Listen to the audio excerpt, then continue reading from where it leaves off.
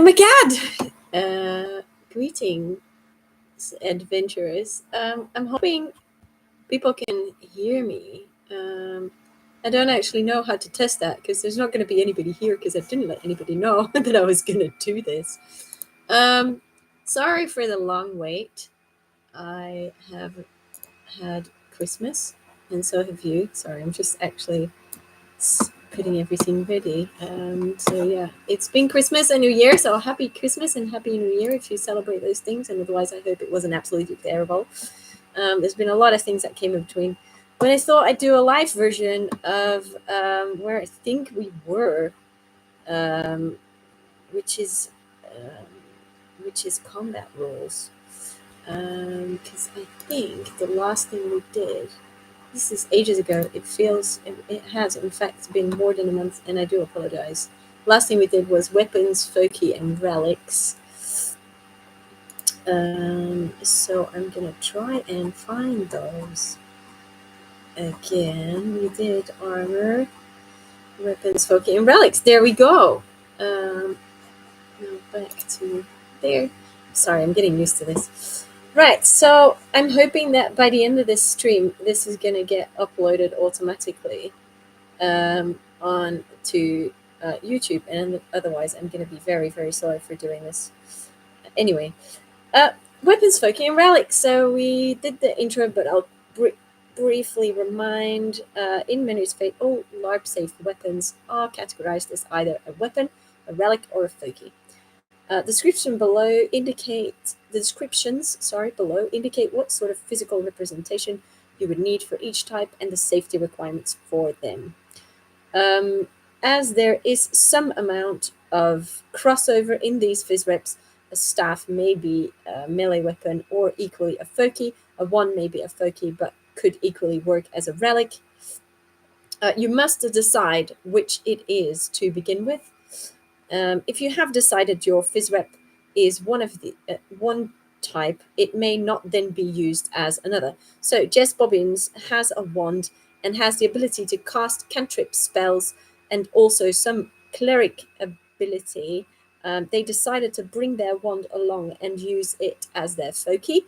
Later, when they then want to do a cleric ceremony, Jess must find a different phys rep to use as their relic, but that's okay because they have a rather cool looking amulet they can use instead.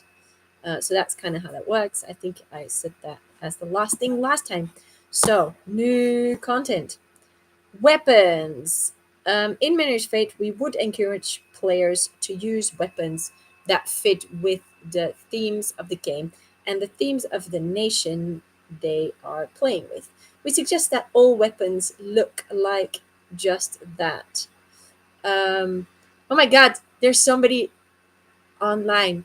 It might be a marathon. I'm not a sprinter. Can you hear me properly? Is there a lot of background noise?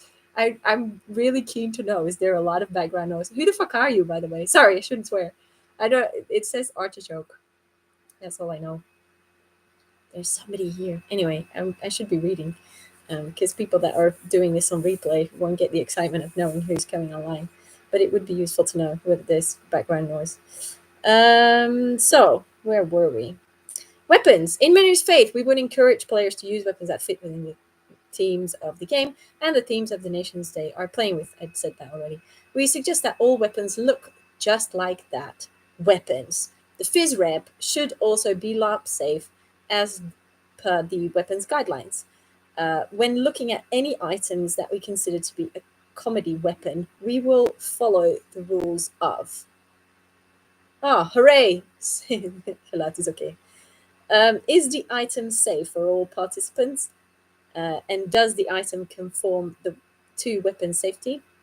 And then secondly, could the item parry a sword? The rules for weapon phys reps and safety are here. I'm just going to click through and see how we get on. If we do that, where do we go? Where do we end up?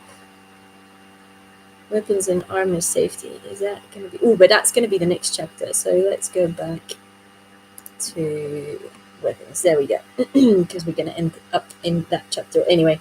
Foci. Foci may be physically represented by a staff, stave, wand, or similar. The important part is that it looks like a magical tool as opposed to a weapon as above. The FISREP should also be LARP safe as per the weapon guidelines. The rules for weapon FISREPs and safety are here, which is the same page as we're going to go to later. Relics in Menhirs Fate are items of iconography. Iconography? Yeah, I said that right. That clerics and paladins use to channel their fate and perform ceremonies with. These items are never used to make physical contact with other players, and as such, we do not require them to be LARP safe. These may be represented physically. Sorry. These may be physically represented by amulets, symbols of their gods, small effigies of importance to them and their gods. If there is any confusion on weapons, relics, or Foki, please contact us or speak to a ref at one of our events. Contact at menhirsfate.com. Hooray! Death and dying! Sinister.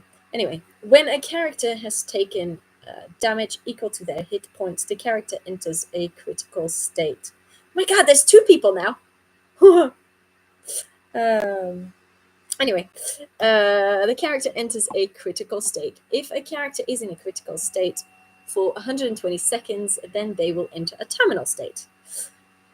Okay, so when a character has taken damage equal to their hit points, the character enters a critical state. And if a character is in a critical state for 120 seconds, then they will enter a terminal state. While in a critical state, a person must get in a prone position, get on the ground, and may not move unaided or use any skills, nor may they cast any spells. They remain conscious and may cry out for help and or make any noise. The only exception to this is the regeneration figure ability, as it allows you to get back up from a critical state. If anyone asks a character, they will be able to tell them if they have lost any hit points and if the character is in a terminal state or a critical state, or any ongoing effects. While in a terminal state, the character cannot be healed and follows all the same rules as being in a critical state. They may choose to die whenever they decide within the day or when a referee tells them. Upon a character's death, they cannot be resurrected, although their spirit may be returned to interact with. They are dead, and that character cannot return unless explicitly stated. If your character does die for any reason, please become out of character and go to player service desk. Execute.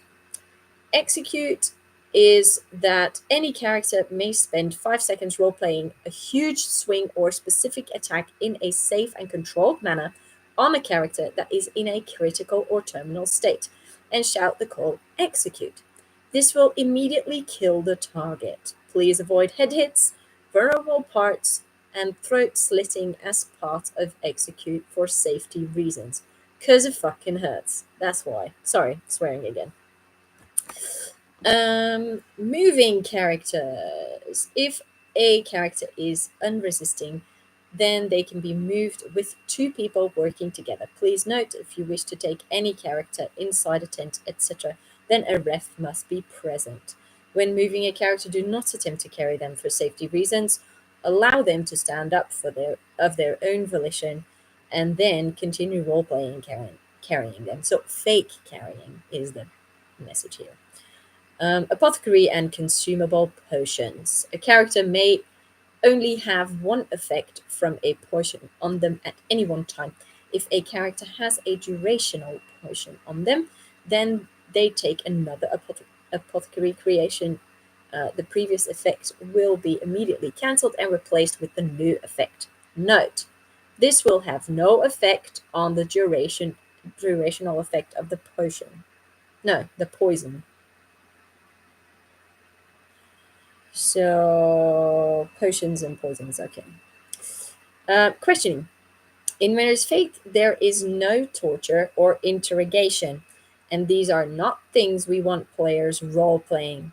A character may begin questioning another character. To do so, they must first make sure a referee is present. They must spend roughly 2 minutes talking to a person on a specific topic, at the end of which the character may ask one question which the target must answer truthfully, correctly, and to their best of abilities. A person cannot be questioned more than 3 times. The intention is that it should be clear to the target they are being questioned. Please ensure that a referee is present for all parts to ensure that everyone is comfortable and happy with the situation. Sorry, slight adjustment. In character theft, really important, a character may steal game items during time in. To do so, they must inform a referee at the time of doing so or immediately after. Then they must go to the Treasure Hunters Guild to register the stolen item. Items that can be stolen are enchanted items, shown by a ribbon attached to the item, in-game coins, apothecary fizz reps, in-game resources such as flicker or essence. A player may not steal basically everything else, as far as I understand it. A player may not steal other players' fizz reps unless they fit in the above categories. So indeed, you can't steal anything else. It's called theft, as in out of character theft. I've had this in my life, and it's not pleasant. Anyway, back to the text. So a player may not steal other players' fizz reps unless they fit in the above categories. So they may not steal things as such as mundane weapons and armor. So somebody stole my spear once at a game. I was not pleased. It's actual theft, as in illegal, both in and out of character. The player will be offended. The player will be offended if you steal things. The player will be offered an amount from the Treasure Hunters Guild to fence the item. If the player accepts the deal, the Treasure Hunters Guild will take the fizz rep item off the thief and pay the amount due. If the player does not accept the deal, the Treasure Hunters Guild will take the fizz rep item off the thief, then provide the in-game effect appropriate. The in-game effects to an appropriate fizz rep provided by the player. Okay, the player can provide a fizz rep at a later time if needed. Right. Considering this is a very long, this is going to be a very long reading. What I've been doing is sending updates or corrections to the game team. So unfortunately, I'm going to have to quickly get a correction because there's a double, what's that called in English? Een bijvoeglijk, nee, geen bijvoeglijk woord. Een lidwoord in het Nederlands. In Dutch. There we go.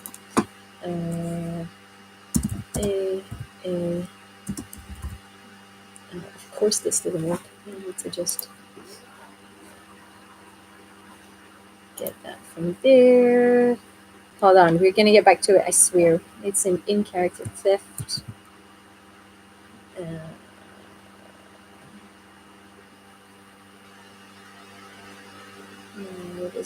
The player can provide fizz reps. There we go.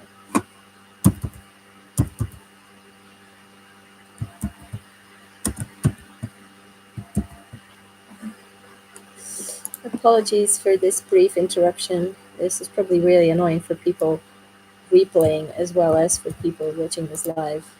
But otherwise, I will lose track of all the mistakes in the document. There we go, Johnny. There we go. Okay. Either way, I'm back reading now. An article, thanks. It's an article in English. Een lidwoord is an article. Now you've learned a Dutch word. Either way, the victim of the theft will need to go to the Treasure Hunters Guild to reclaim stolen items, item or items. A player may only steal items that they know to be IC. Example, Jess Bobbins finds a bag of coins. They may only take the coins. The bag must be left or given to the Treasure Hunters Guild. Next chapter, how many magic items and how many effects can a person have? People in the world of Menhirs Fate can only have a few magical effects upon them at any one time. When a person hits the limit of magical effects upon them, any additional effects will not have an effect upon the character. A character may have one magical effect provided by a rite, one magical effect that can originate from a weaving, one magical item or weapon created via a weaving,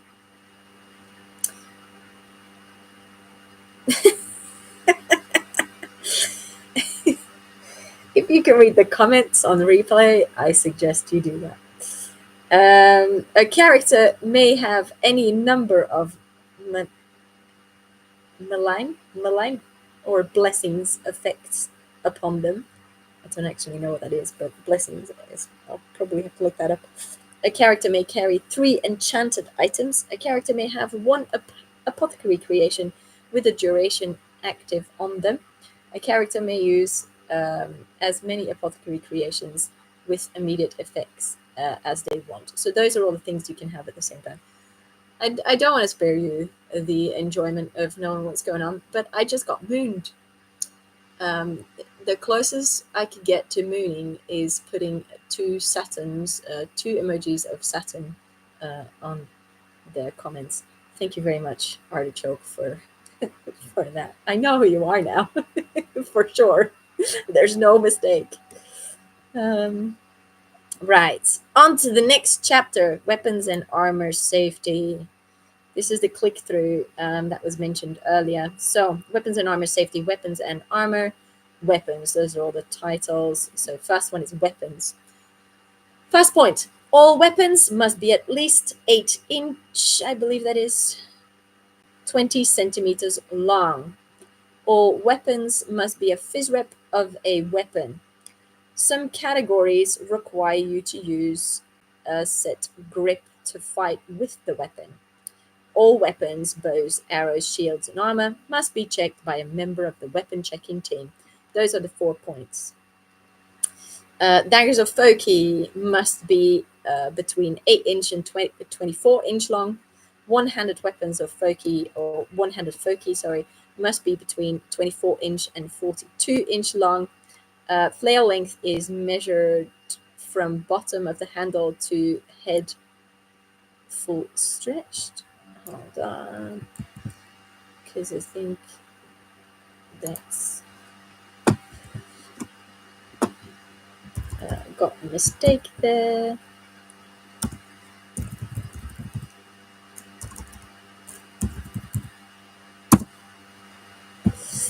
Because it says measure instead of measured. Flails must have foam links. Then, one-handed spear must be over 60 inch and up to 84 inch long. You must hold the weapon within 6 inch of the center of the shaft. It also must be a FISREP of a spear. So, guess what? Spear should look like a spear. Sorry. It's funny how we point things out like that, but apparently necessary. One-handed spears must also have a thrust-safe tip and only be used for thrusting. Two-handed weapons or two-handed foki must be over 42 inch and up to 72 inch long. You must hold the weapon in both hands, and then pole arms must be between 72 and 84 inch long. And you must hold the weapon with both hands with at least 18 inch separating them, and can have a thrust-safe tip, but apparently doesn't have to have. Pikes must be over 84 inch and up to 108 inch long. I've lost track of like how many centimeters that is. I feel no, I don't want to use that bad word, but people should really use centimeters. Get used to it. It's the right way to do it. You must hold the weapon in both hands with at least 18 inch separating them. I'm surprised Artichoke hasn't told me how much 84 inches actually is. Must be a FISREP. Must be a FISREP of a pike. Must have a. We're still on pikes, by the way. Surprise, must be a FISREP of a pike. So a pike must look like a pike. Must have a thrust-safe tip and only be used for thrusting. Pikes count under pole arm skills. Pikes cannot be used to make any calls. Thrown weapons must be between 8-inch and 36-inch long. You cannot throw shuriken, rocks, or other small throwing weapons below that size. Any core in a thrown weapon must be appropriate in weight and stiffness for its size, and non-rigid cores are preferred. Throwing javelins in particular must have a collapsible tip and a relatively lightweight core. Please be mindful of avoiding the face when using thrown weapons. Please be mindful of avoiding the face anytime, I would say. You may only use thrown weapons every 10 seconds. You must not throw normal melee weapons. Yeah, artichoke only does metrics. Yeah, I appreciate that. I agree. The metrics is, the metric system is just the way forward. Anyway, weapon safety. So much for my political views on on science. Weapon, sorry, weapon safety.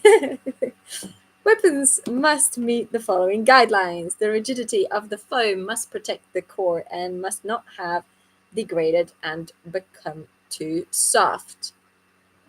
I'm just gonna, just as a personal note, this weapon safety notes, they're not replacing weapon safety checks, okay? Go to the weapon safety team and get your weapons checked. That is a must. You're not allowed to fight with them just because you've checked this list. This is just,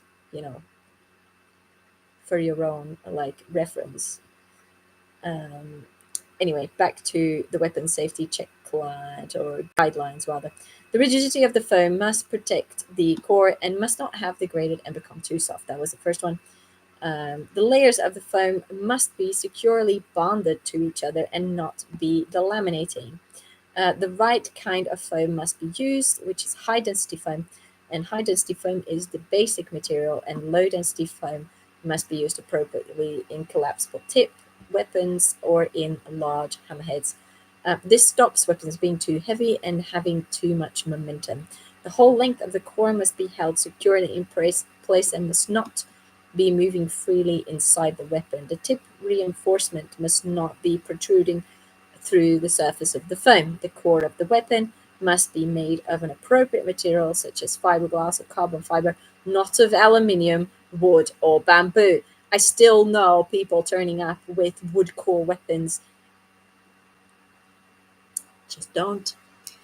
There must not be any protruding hard or sharp objects such as gems or studs. There must be sufficient padding on the tip, guard, and shaft. Should that say shaft instead of haft? I think that should say shaft instead of haft. I'm just gonna go. Sorry for the interruption again.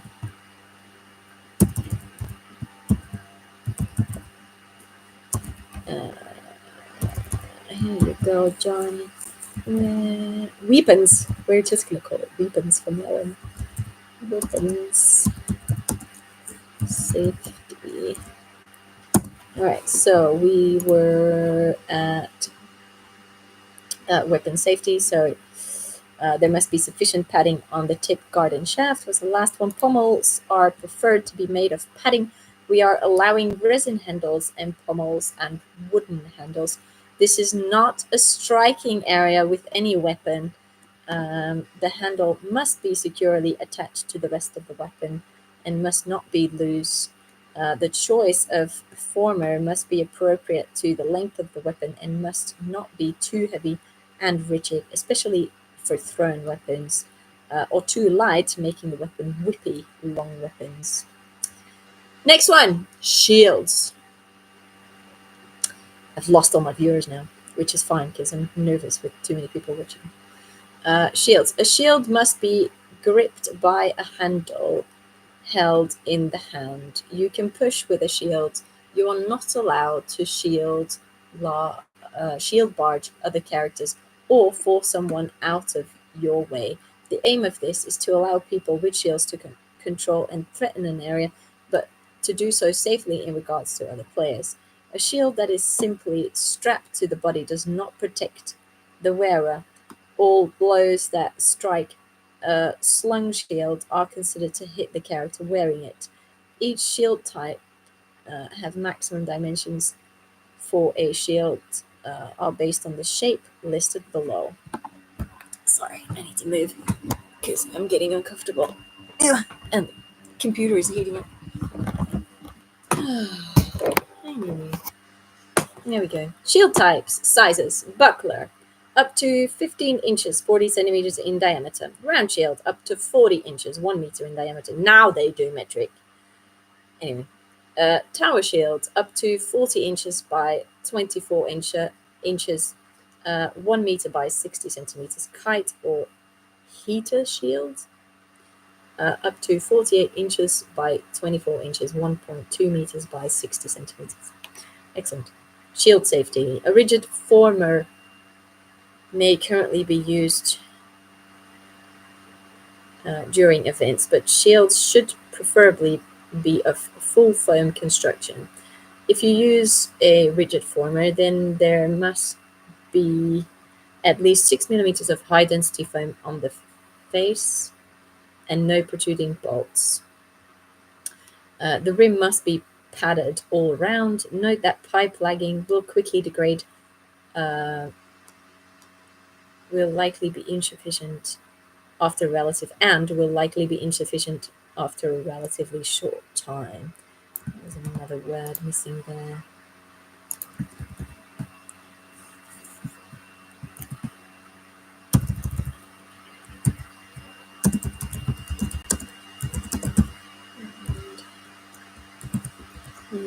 Okay.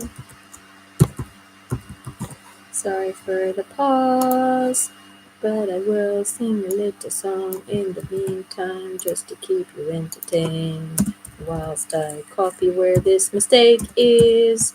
There we go. Next, so we were on shield safety.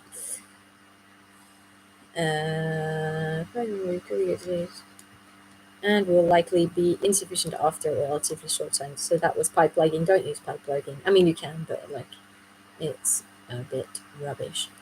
Handles must be securely fixed so that they do not cause the shield to flap from the arm or the hand.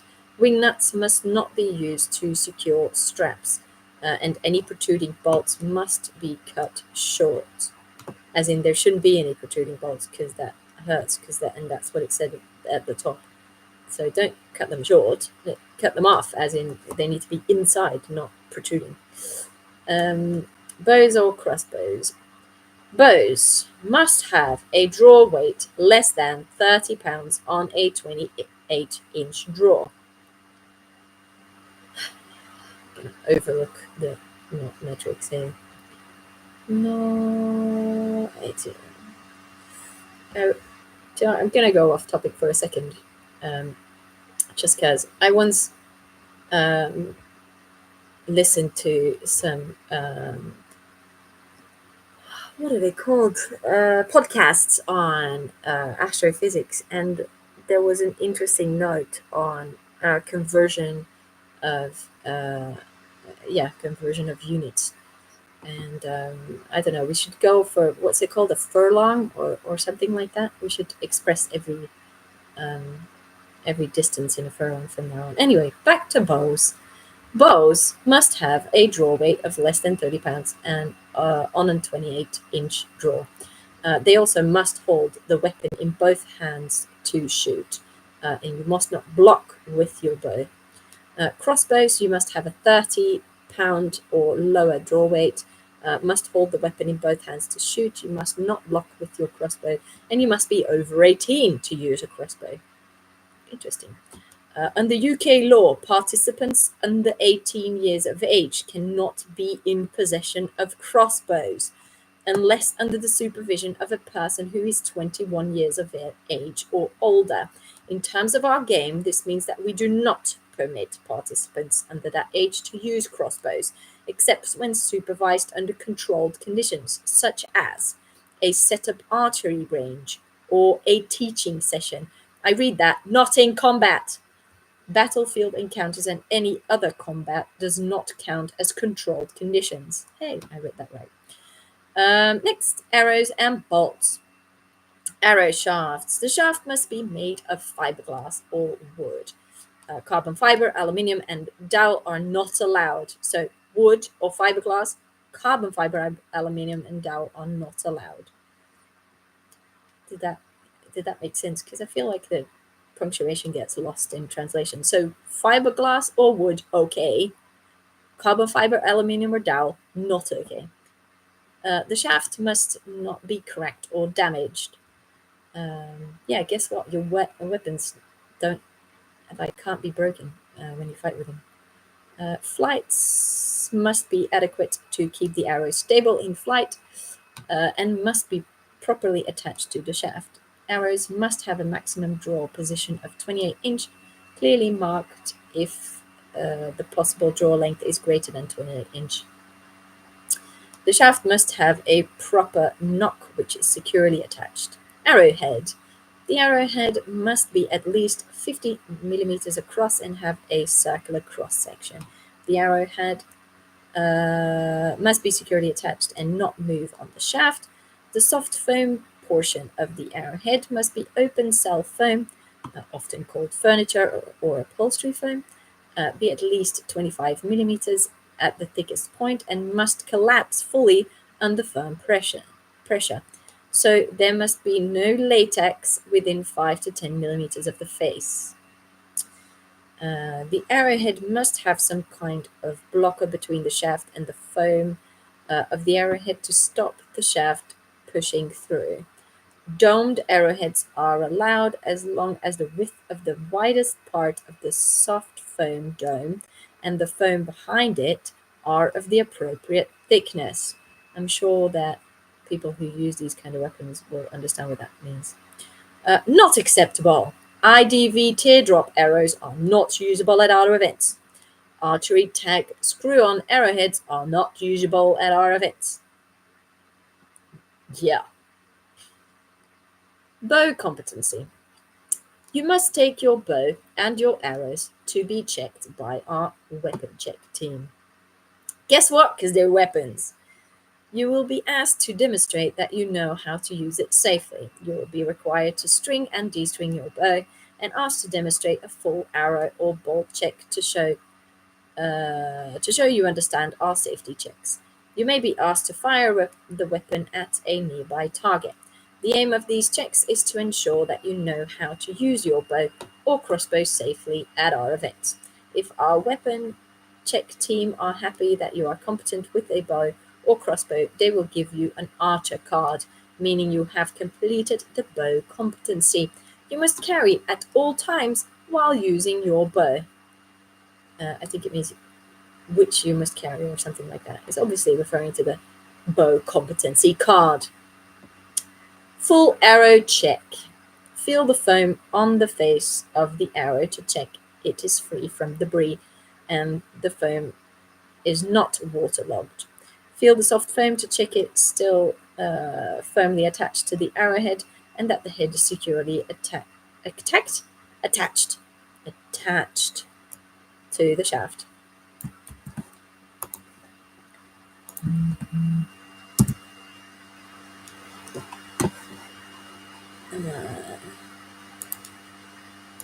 I am just singing that song that we sing when we're giving Johnny corrections. This is about arrows, Johnny. About arrows. And we can go back. There were another couple of mistakes, which I will copy immediately whilst I sing this song. It's like holding music, you know, holding music when you're on hold. No, as opposed to holding music when you're not on hold. That's just music. Where was I? Giving article meaning. You have completed volume.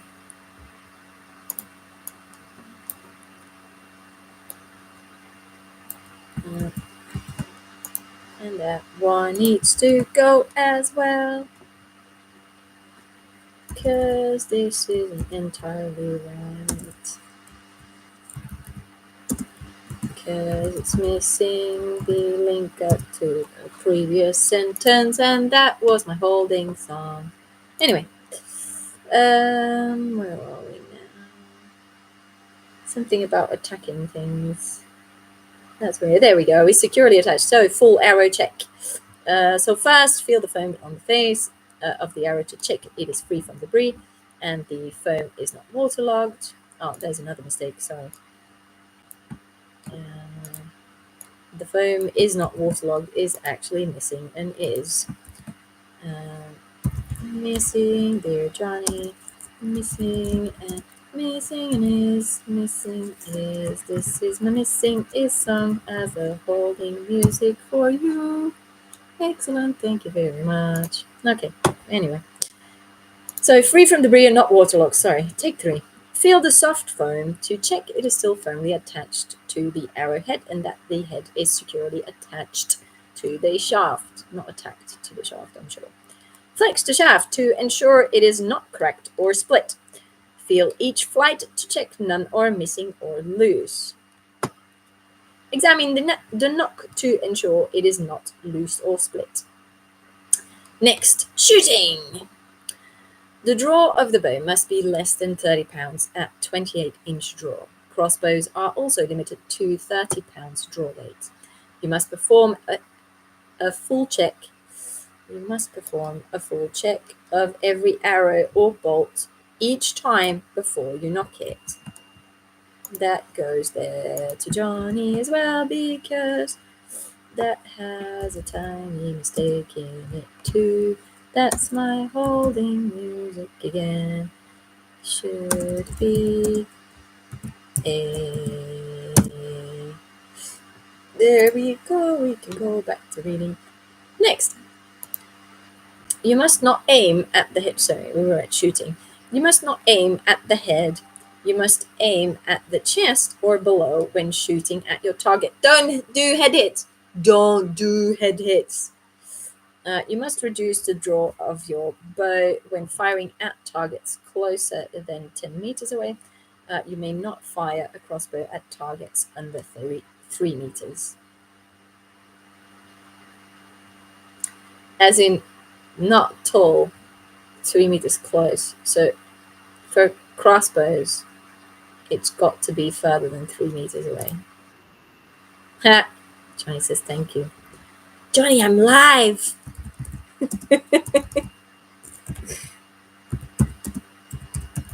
Lol.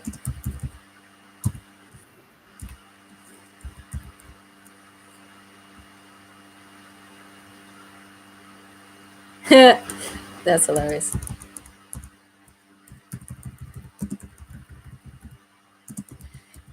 So, dear readers, apparently all the corrections I've been sent through still have to go.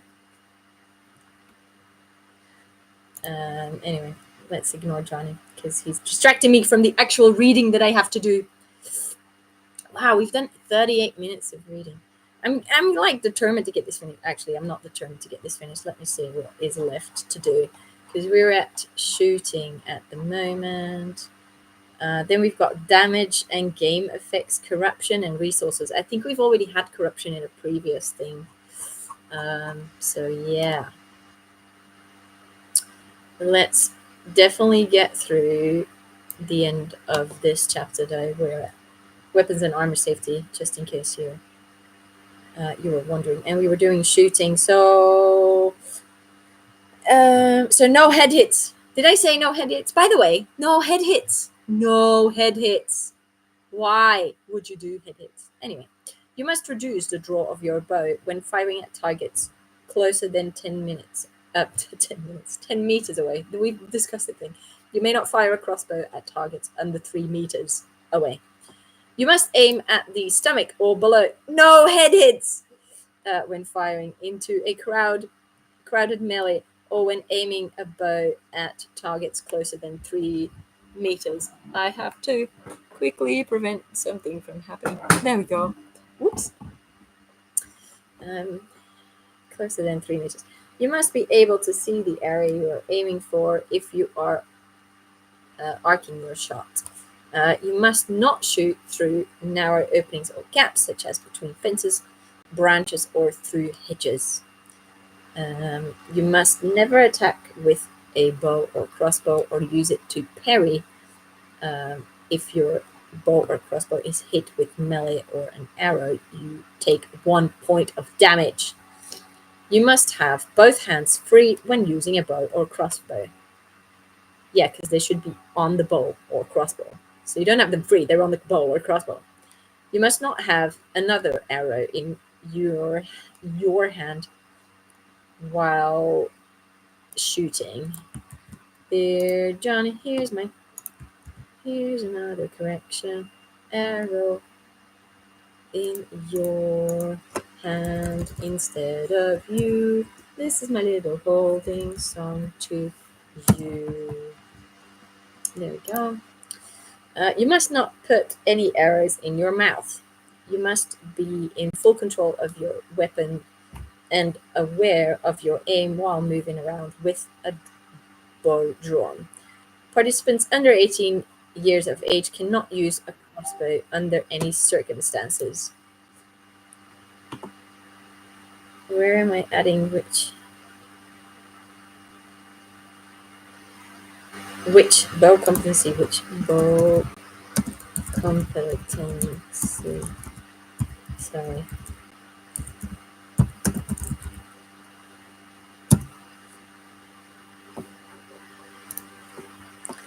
You must not put any arrows in your. Oh, we've done that. Sorry, Johnny's distracting me. How rude! How rude! First, participants under 18 years of age cannot use crossbow. I told you that already, but I feel like it's very important anyway. No crossbows under 18, okay? No crossbows. Armor. Lightweight, flimsy materials such as cardboard, tinfoil, and paper cannot be counted as armor. It also looks shit. So I don't know what you're thinking, but cardboard, tinfoil, and paper just looks shit. Sorry. Just don't. That's my personal opinion. It doesn't actually say that there. You cannot use knitted wool or other fabric which is colored to look like chain as armor either. Armor can be constructed from EVA foam. However, LARP armor has the potential to be subject to damage in combat. As with armor constructed from other materials, we will be checking that foam armor is robust and safe for both the wearer and other people. All foam armor must be checked by the weapons check team. We are conscious that LARP combat is a contact sport, so armor may not have spikes or sharp points. Studs on leather armor is fine. I love how this time armor has just an OR. We're just gonna do that there. And here's a little here's the little song again, because we're writing a correction out, and I can't wait, because otherwise I forget all the ones they are, and then I have to read it all again, which I don't want to do. Right, so then light armor, the padded cloth or thin leather armor between 1.5 millimeters and 3 millimeters. I think it's a bullet point, so that constitutes light leather armor or light armor. So padded cloth or thin leather armor must be piece of armor, leather clothing or similar does not count. I think what they mean is must be piece of armor, comma, leather clothing or similar does not count. They've missed out some punctuation. So here we do another little song. Missing some vital punctuation.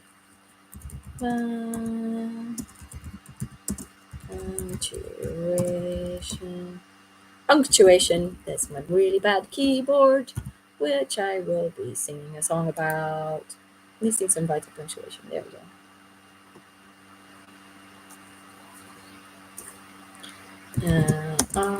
I hope this is entertaining anyway, because you're like you're listening to this, and like I'm just typing away.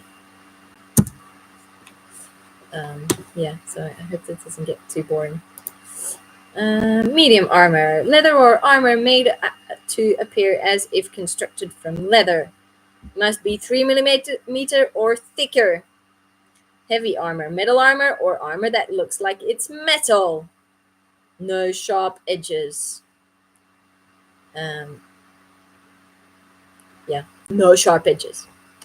Right, banner. At Menhirs Fate, we are allowing banners, as we think they are great items for the fantasy setting. I love a good banner, it's true. Banners can have wooden poles. Banners must follow the Menhirs Fate behavior guidelines regarding iconography and symbols. Okay, I'm a little bit of a language nerd, and this is one of the like very odd occasions where Menhirs Fate is spelled with an apostrophe S. And it just, I think I mentioned this at the very, very start of all these readings.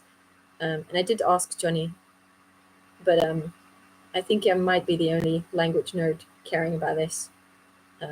So, yeah, sadly. Anyway, so banners can be banners can be taking on adventures. I think that needs to be banners can be taken on adventures. And we're doing a correction song. Taken. There we go. But those that carry them, so banners can be taken on adventures, but those that carry them must never engage in melee. Range magic may be used while holding a banner. Banners must never be used to parry blows. Banners are unaffected to a shatter call. Banners come under item for enchanting. The rules for combat still apply, and you may not use melee attacks while holding a banner. Banners should not be made with LARP safe materials, as they are not safe to be used as weapons in combat. Banners should also not be attached to LARP weapons. Fighting safety. You must ensure your weapon has been checked by the weapon checking team. Did I say that?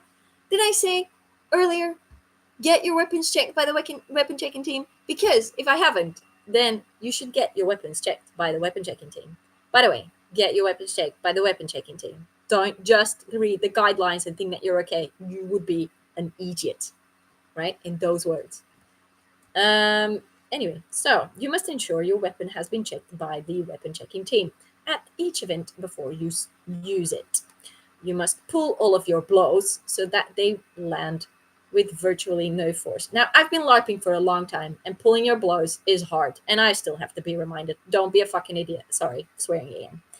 You must avoid hitting the groin, neck, or face. Yeah, don't hit the head. Guess what? Don't hit the head. You must avoid hitting the breasts or head where there is an alternative target. You must not strike another character with the pommel or hilt of your weapon. You must not thrust with any weapon unless it is thrust safe. If you're not sure whether your weapon's thrust safe, come and ask. We will tell you it's not thrust safe. This is what Johnny always says, and it makes me laugh. You must not throw a weapon unless it is a throwing weapon. You must use the specific grip for a two-handed weapon, or grips because it would be two-handed. You must drop a flail if it becomes entangled in your opponent's weapon or costume. Waiting song because it's me singing it. Me sing it.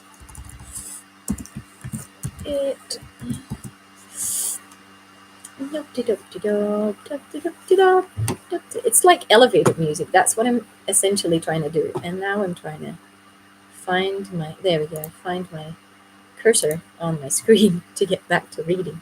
You must not attempt to parry an arrow or bolt with a weapon. You must not grab or track an opponent's weapon when they are wielding it. You must follow the bow's safety guidelines if you use a bow or crossbow. You must not partake in combat if you are drunk. Yes. You must not take camping knives on quests. Equally, so if you're planning on still doing any combat, and I've seen a post about there being camp attacks. So if you are actually located near a place that can genuinely still have camp attacks, make sure that you realize that when the camp attack comes in, you need to somehow either be non-com or accept the fact that you're gonna die because you have drunk alcohol, which means you can't fight back, so you're just an idiot. You must not take camping knives on quests, skirmishes, or battles under any circumstance. Banned items. Items cannot be used at events either for reasons of safety or because they are unsuitable for the campaign. The traders are permitted to sell these items, but only on the condition that they are collected at the end of the event during time in. Items sold before time in may be stored in tents or cars and not brought out during time in. You must not carry these items on site in an IC area. Banned items. Pay attention. Real weapons, including bayonets, reenactment weapons, real world grappling hooks, and any sort of non-replica firearm. Modern or futuristic items such as chain swords.